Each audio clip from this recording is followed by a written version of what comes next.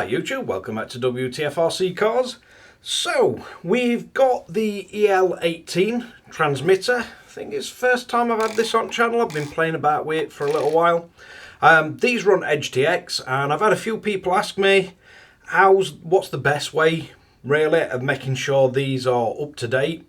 So I'm going to bring in for a close-up look. We're going to use the Lenovo Legion Go, but you can use any PC for this, or Mac for that case, if it can connect to the SD card on this.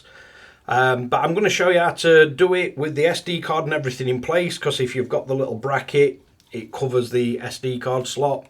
So I'm going to show you how to plug this into PC. We're going to use EdgeTX Buddy, and I'm going to show you how to select the correct firmware for this, download it, transfer it to the EL18, and then update. So let's bring in for a close-up look and see how we get on with this one. Right, so we've got our EL18 powered up. We've got our little PC. We're going to go to EdgeTX Buddy. Then as first drop-down menu is the version. So that's the one we're currently on, 2.10.3. 2.10.4 is the latest release, unless you're going for the nightly. If you tick the box to filter it, you can go to nightly builds. I wouldn't advise doing that unless you're just testing. So rather than the nightly, you're better off on the latest full release version. And if you want to make sure it is the full release, just take the tick out of the include pre-release, and all you'll see is the latest one. Then we're going to choose as radio. So we've got EL18. Then we're going to want to go to download bin, and let's have a look what I've got set up. So if we go to desktop,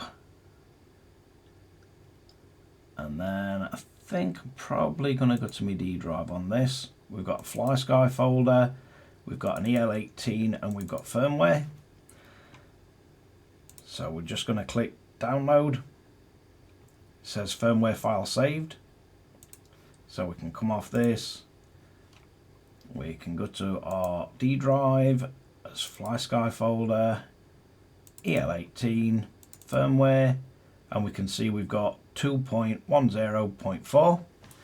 Next, we're going to plug in our EL18 and select SD storage. So it'll automatically open up, but basically we've got the firmware we downloaded, then we've got the EL18's SD card. We're going to go into the firmware folder, and I'm just going to copy across our firmware update.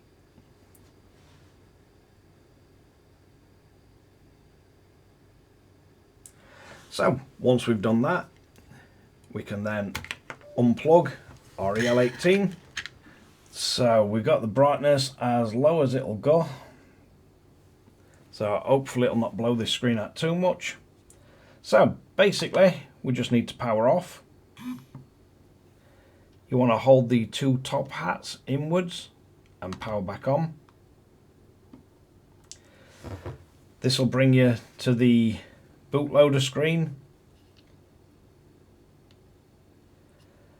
Then we can see the EL18 latest firmware. We can click on that, and it says hold right trim to flash. So again, just press and hold it. It'll flash as firmware.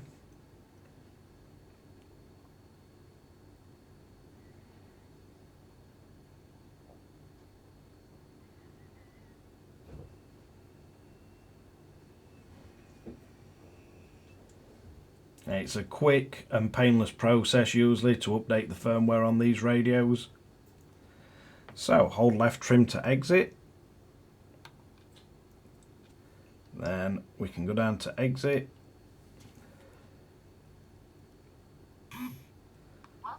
It'll boot, telling us we're on 210.4. Then if we go to about, we can see we've updated to 2.10.4. And there we have it, the EL18 fully updated to the latest version of EdgeTX. So let's wrap this one up.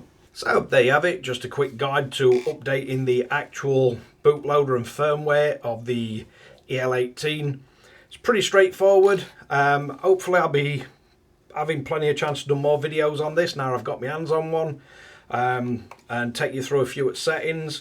So there is a few differences on this one. It started off life as like a prototype version, so we've got the oil slick switches and it's got the upgraded sticks. So there's a few differences in it, but generally everything that I show you you'll be able to use on the standard one, and the update procedure is exactly the same. But yeah, other than that, pretty straightforward to update, and yeah, quite an interesting little transmitter. But thanks again for watching Wtf Rc Cars. If you like this kind of content, don't forget to like and subscribe, hit the notification bell, share to friends and family, and catch you guys again in the next one.